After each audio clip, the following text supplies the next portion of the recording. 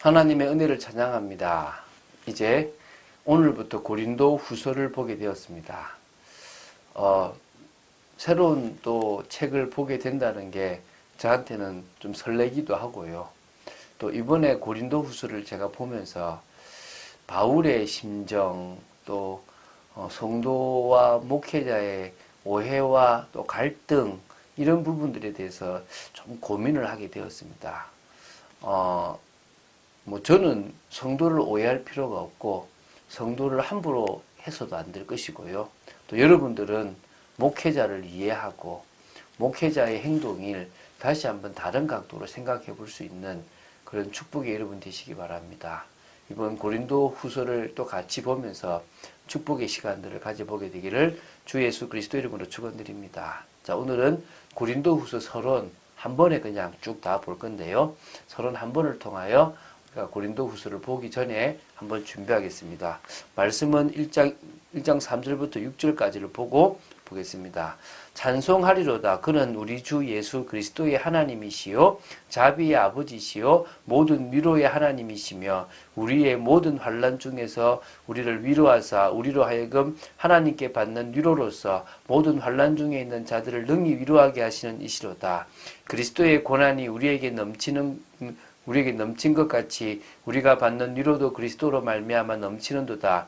우리가 환난 당하는 것도 너희가 위로와 구원을 받게 하려는 것이요 우리가 위로를 받는 것도 너희가 위로를 받게 하려는 것이니 이 위로가 너희 속에 역사하여 우리가 받는 것 같이 고난을 너희도 견디게 하느니라. 여러분에게 위로와 또한 축복이 넘치게 되기 바라고 은혜와 평강뿐만 아니라 진정으로 고난을 견디고 넘는 축복이 있게 되길 바랍니다. 자, 고린도 후서는 바울이 쓴 서신입니다. 기록 시기는 이 고린도 전서를 에베소에서 썼을 때가 AD 55년쯤 보는데요. 그 고린도 전서를 기록하고 나서 6개월 정도 뒤에 비교적 짧은 시기니까 한 AD 56년 초쯤으로 이렇게 보면 됩니다. 이것을 기록한 장소는 마게도냐에서 기록하여 보냈다라고 추정을 합니다. 기록 목적은 뭐냐면 바울이 자신의 사도로서의 직무와 권위를 변호하는 것을 주요 내용으로 합니다. 아니 갈라디아서를 통해서 우리가 사도에 대한 걸 봤는데 지금 고린도 전서를 썼던 바울이 자기가 사도라고 분명히 얘기했는데 고린도 후서에서 다시 또 사도라고 얘기하는 게 웃기지 않습니까? 이런 사연이 있어요. 오늘 그 얘기를 지금 좀 나눠보도록 하겠습니다. 자, 지금 고린도 전서를 써보낸 후 이 고린도 후서를 쓰기까지 6개월 기간 동안에 바울과 고린도 교회 사이에 어떤 상황의 변화가 있었는지 또 바울이 본 서신을 통해서 사도로서의 자신의 직무와 권위를 일관되게 변호해야만 했던 이유가 무엇인지를 우리는 봐야 될 것입니다. 자, 그래서 좀 전체적으로 이거를 좀 알아야만 고린도 후서를 보는데 도움이 되거든요. 그래서 고린도 전서를 써보낸 후 다시 고린도 후서를 쓰기까지 6개월 정도의 기간 동안에 어떤 변화가 있었는지를 그 당시 역사적으로 좀 재구성해 볼 필요가 있습니다. 한번 해볼게요. 자, 우리가 알고 있는 것은 고린도 전서와 고린도 후서입니다. 고린도 전서는 AD 55년경쯤에 썼다고 말합니다. 그런데요, 지금 바울이 고린도 교회에 쓴 편지는 총 4권입니다. 4권인데 우리가 보고 있는 것은 2권만 보고 있다고 생각하면 됩니다. 그럼 2권이 사라졌잖아요. 그럼 이 2권이 고린도 전서와 후서 사이에 2권을 썼는지 아니면 고린도 전서 사이에 있었고 고린도 후서 사이에 있었는지 아니면 전서에 한 권, 후서에 한 권 있었는지 그거는 이렇게 모르잖아요. 저는 알고 있거든요. 그 가정을 한번 쓸게요. 고린도 전서 5장 9절에 보면요. 사실은 바울이 이 고린도 전서를 쓰기 전에 이미 서신 하나를 보냈다라는 그런 내용이 나옵니다. 이 서신을 통해서 이 고린도전서 말고요. 고린도전서보다 먼저 보낸 서신을 통해서 에베소에 갔다가 고린도로 갈 거고 마게도냐로 갔다가 고린도로 갈 거고 예루살렘에 여행을 할 것이라는 것을 이게 밝혔다는 것입니다. 그런데 바울이 이 1차 처음 보냈던 서신을 발송한 후에 글로의 집에 있는 사람들로부터 고린도 교회가 당면한 심각한 소식을 듣게 된 겁니다. 그 문제들에 대해서 답을 주기 위해서 고린도전서, 우리가 보고 올 첫 번째 편지를 이제 사실은 바울은 두 번째 쓴 거죠. 이것을 기록하게 된 겁니다. 그래서 바울은 고린도를 단지 지나는 길에 들르지 아니하고 겨울을 그곳에서 고린도 지역에서 보내고 고린도 교회 문제를 해결하기를 원했던 것입니다. 그래서 이제 부득이 이제 앞에 했던 걸 바꿔서 이제는 에베소, 마게도냐, 고린도, 예루살렘으로 갈 거라는 것으로 계획을 변경하게 되었어요. 그래서 이것을 고린도전서 1장 16장 5절 9절에 밝히고 있습니다. 자, 이제 그런데요. 바울이 이처럼 변경된 여행 계획을 밝혔음에도 불구하고 갑자기 에베소에서요. 헤로를 통해서 곧바로 고린도를 방문하게, 첫 육로로 가려는데 헤로를 이렇게 방문하게 됩니다. 이 방문은 사실 사도행전에 나타나지 않았는데요. 고린도 후서에는 그 방문 사실이 암시적으로 있습니다. 그래서 고린도 후서에 갔던 내용들이 있다는 것이 이제 1장 23절하고 2장 1절, 13장 2절에 나오거든요. 그래서 이게 소위 근심의 방문이라 불리는 2차 방문입니다. 근데 바울이 이처럼요, 애초에 계획을 변경하여 갑작스럽게 고린도 교회를 방문한 것은요, 더 이상 지체해서는 안 될 만큼 고린도 교회가요, 심각한 상황이 있었다는 것입니다.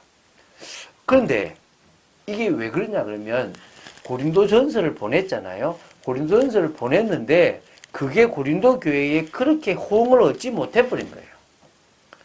그리고 그 당시에 이 팔레스타인에서 건너왔던 거짓 사도들이 자신의 지위를 확보하기 위해서 바울의 사도권을 막 공격을 해가지고 활동을 막 했기 때문에 바울이 안 가면 안 된 거예요. 그래서 갔는데 고린도전서를 쓰고 급하게 갔는데 가보니까 고린도 교회 성도들로부터 완전 배척을 받아버린 거예요. 이게 너무 심각할 정도로 이렇게 마음이 다친 상태에서 그들을 만나서 너무나 괴로운 목적으로 이제 다시 이제 에베소로 돌아온 거죠. 그러고 나서 이제 정말 이게 눈물의 편지, 그 준엄한 편지를 세 번째 편지죠. 보낸 거죠. 고린도 후서 전에 이제 편지를 써서 이제 디도 편에 보내서 고린도 교회에 전달한 겁니다. 그래서 이제 이것을 받고 고린도 교회 성도들이 어땠는지를 디도가 오면 이제 만나서 나누려고 했는데 잘 못 만나졌는데 결국은 만나서 들어보니까 고린도 교회 성도들이 받겠다는 거예요.